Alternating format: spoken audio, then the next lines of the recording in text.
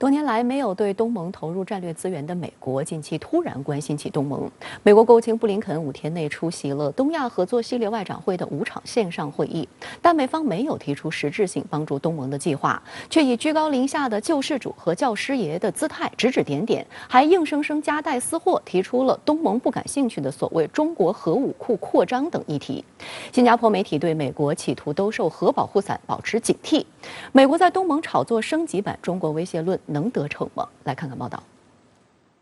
东亚合作系列外长会落幕，周日，东盟10国在线庆祝该组织成立54周年。印尼外长雷特诺发表主旨演讲，表示大国之间的竞争在短期内没有减弱的迹象，并且有可能在东盟国家之间散播分裂。他强调，地区和平与稳定是东盟关注的重点，东盟不能成为新冷战的棋子，必须在塑造地区动态方面处于主导地位。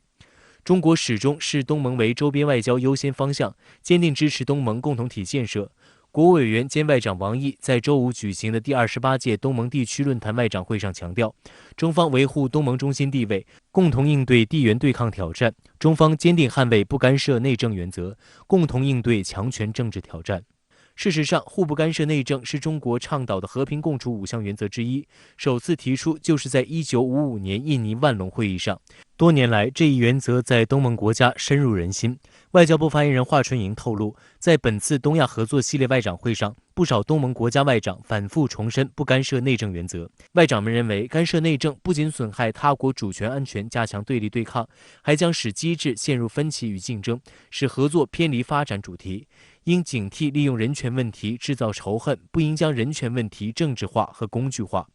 舆论普遍认为，外长们的担忧指向美国国务卿布林肯这次的参会表现。根据美国国务院周五发布的一份声明，布林肯在当天举行的第28届东盟地区论坛外长会上敦促所有27个成员国向缅甸军政府施压，以结束暴力并支持缅甸人民努力恢复民主治理。然而，美方冠冕堂皇的立场严重背离东盟的既有共识。早在4月份，东盟10国已经就缅甸问题和平解决达成5点共识。而在布林肯施压前2天，第11届东亚峰会外长会发表主席声明，也重申支持缅甸问题通过和平对话解决，实际上是对美方画红线。但布林肯却无视东盟国家推动和平解决缅甸问题的努力，对这些国家强硬施压。在1976年的东盟友好合作条约以及2007年的东盟宪章都主张，这个东盟国家不干涉彼此的内政，这是他们长期以来达成一个共识。即便是东盟国家内部出现一些问题，这些国家也主张通过东盟的方式来解决他们内部的一些分歧，就是一个非正式谈判的方式，就是一个大家协商一致的这么一个方式。观察指出，美国此前已经多年没有派高级别官员出席东盟的会议，这次突然的关心令东盟国家感到不舒服。拜登政府到东盟自顾自地高调打所谓人权牌，抢占所谓的道德制高点，但这种居高临下的做法显然忽视了东盟国家的实际情况，激化缅甸乃至东盟国家的国内局势，对任何一个东盟成员都是巨大的灾难。新加坡联合早报指出，更让东盟国家不舒服的是美方这次所表现出来的与中国交锋的姿态。东盟国家明确反对逼迫他们在中美之间选边站队，但美方这次没有表现出任何与中方合作的姿态，不是对中国挑衅，就是在逼迫东盟国家选边站队。该报还注意到，美方这次对东盟推出了升级版的中国威胁论。美国国务卿布林肯对中国核武库的所谓快速增长表示深切关注，指责中国严重偏离其基于最低威慑的数十年之久的核战略。该报认为，美方这是有意向东盟推销所谓的核保护伞，但事实上，中国的核武器对东盟完全没有威胁，东盟国家很清楚这一点。它实际上是想在这个东盟国家夸大中国这个核武器的这个威胁，通过这种制造恐慌的这种方式离间中国和东盟国家的这种关系。另一个方面，实际上是尝试着想把中国拉入美国与俄罗斯之间的战略武器谈判之中，用条约的方式限制中国的核武发展。国务委员兼外长王毅6月11号在日内瓦裁军谈判会议发表的视频讲话指出，中国的核政策在所有核武器国家中最具稳定性、连续性和可预见性。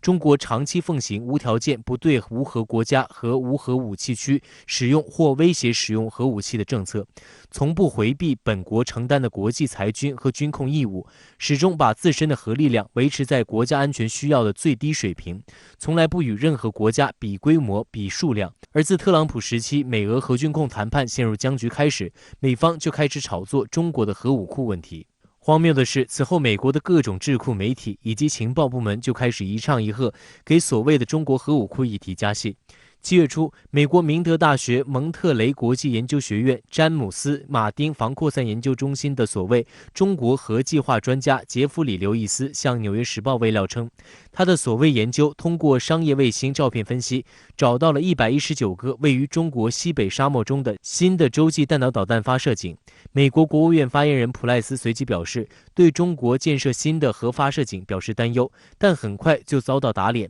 因为有媒体发现照片上明明就以英文标注了甘肃玉门风力发电厂，难道美国的中国核计划专家不懂英文？还有网友发现，输入这些所谓证据的卫星图片上的坐标，将照片放大一点，就可以清晰看到那些圆点的影子是3片风力发电机的桨叶。更离谱的是，《纽约时报》7月27号又在新疆的沙漠里发现了110个建设中的导弹发射井。观察指出，美国情报界和智库对按图索骥式的从卫星照片上寻找中国的所谓核发射井乐此不疲，但在卫星照片的判读上，美方的所谓研究人员显然不及格。此外，中国早就拥有了高分贝率的侦察卫星，难道解放军不懂如何掩护自己的战略设施？相关话题来连线特约评论员吴卫。吴先生您好。美国国务卿布林肯近日在东盟地区论坛上对所谓中国核武库的快速扩张表达关注与担忧，您对此如何看？是的，美西，国务卿先生这番话在我看来十分搞笑。短短一句话，他犯了好几个常识性错误。首先，布林肯搞错了场合。东盟地区论坛是一个以东盟国家为主场的区域性论坛，在一群无核国家面前聊起了核俱乐部里的八卦。先不说在座的各位是否听得懂，这多少有点凡尔赛的意思。这就好比跟一群骑自行车上班的人聊起超跑俱乐部里的某个成员近期又添置了一款名车，然而大家心知肚明，谁家的超跑最多？当然是你美国啊。其次，布林肯搞错了听众。中国国防部在2019年7月发布的《新时代的中国国防白皮书》中，明确重申了中国的核战略，那就是始终奉行在任何时候、任何情况下都不首先使用核武器。无条件不对无核武器国家和无核武器区使用或威胁使用核武器。也就是说，布林肯跟一群无核国家大谈所谓中国核威胁，听众们是无感的，能够憋住不笑已经算是客气了。美国的核战略是如何富有进攻性、富有侵略性？你敢像中国那样奉行不首先使用政策吗？核讹诈、核威慑，确保先发制人，是谁奉行的核战略呢？你美国心里没点数吗？再者，布林肯搞错了话题。二战结束至今，谁在亚太地区拥有最多的军事基地？是美国。谁在威胁区域内的这个和平稳定呢？还是美国。在东盟地区论坛上大谈所谓中国威胁论，而不是凝聚区域合作共识，这完全是对论坛主题的失焦。同场参会的国务委员兼外长王毅一句话驳了回去，他说：“今天的时代不应再有教师爷。”我认为说到了点子上。对美国这个道貌岸然的教师爷彻底厌烦的，又岂止中国呢？当然，布林肯大概并非不懂这些常识，只是揣着明白装糊涂。这些年来，美国一直在各种国际场合设置中国威胁论议程，将国内那套论述搬到国际上，让各国一起参与讨论各种涉中国的伪命题。有些事本就不值一驳，然而随着美国及其盟友煞有介事的讨论一番，好像也就成了一回事。那么在您看来，美国近期为什么要炒作所谓中国核威胁论呢？美国展现所谓担忧的背后有着怎样的盘算？这个问题算是抓住了关键，将它翻译一下就是：美国怎么忽然关心起中国的核武库建设了？暂且不论中国西北部正在建设的究竟是风力发电站，还是所谓的战略导弹发射井，我们不妨反问美国一句：中国凭什么不能进行核武库建设呢？美国政府非常善于用曲解的论述给其他国家套上紧箍咒，不布林肯那句所谓“这种核扩张凸显出北京严重偏离其数十年来基于最低威慑的核战略”是具有蛊惑性的。不明真相的吃瓜群众啊，可能真被带入沟里去了。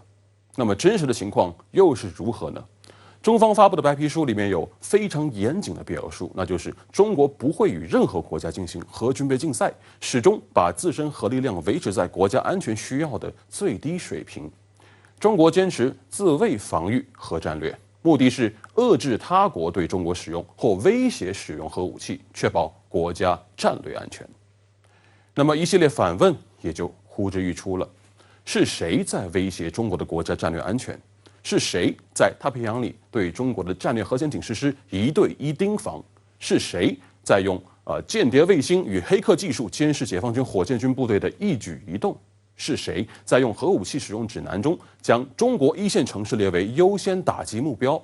是谁将陆基、海基反导平台部署在中国的家门口？又是谁妄言要武力介入台海冲突呢？这些问题我还能反问出几百个。问题就在于，美国明明是世界不稳定因素的最大来源，却始终摆出一副所谓人畜无害小绵羊的姿态，去指责别的国家具有威胁。这种伪善与双标横行霸道了半个多世纪，从来如此便是对的吗？倒是美国一边指责中国、指责俄罗斯，一边兴致勃勃地开启了核武库的更新计划，新的隐身轰炸机、新的战略核潜艇、新的洲际弹道导弹，琳琅满目，啥也没落下。需要我帮你拉个清单吗？中国在自身核战略的指导下进行核武库建设，本就是理直气壮的事情。美国有什么资格说三道四呢？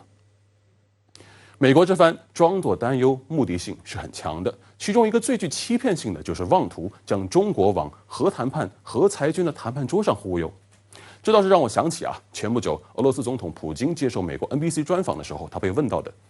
你怎么看中国拒绝参与削减进攻性核武器谈判？普京的回答很有意思，他说：“中国人反问得很对，如果中国的核武库已经很小了，为什么还要削减呢？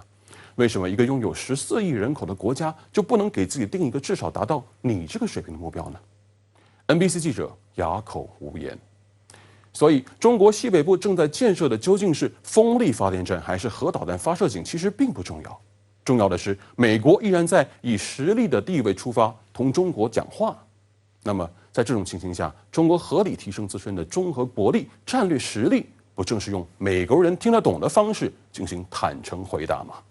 好的，也谢谢吴先生跟我们共同在线分享您的观点，谢谢。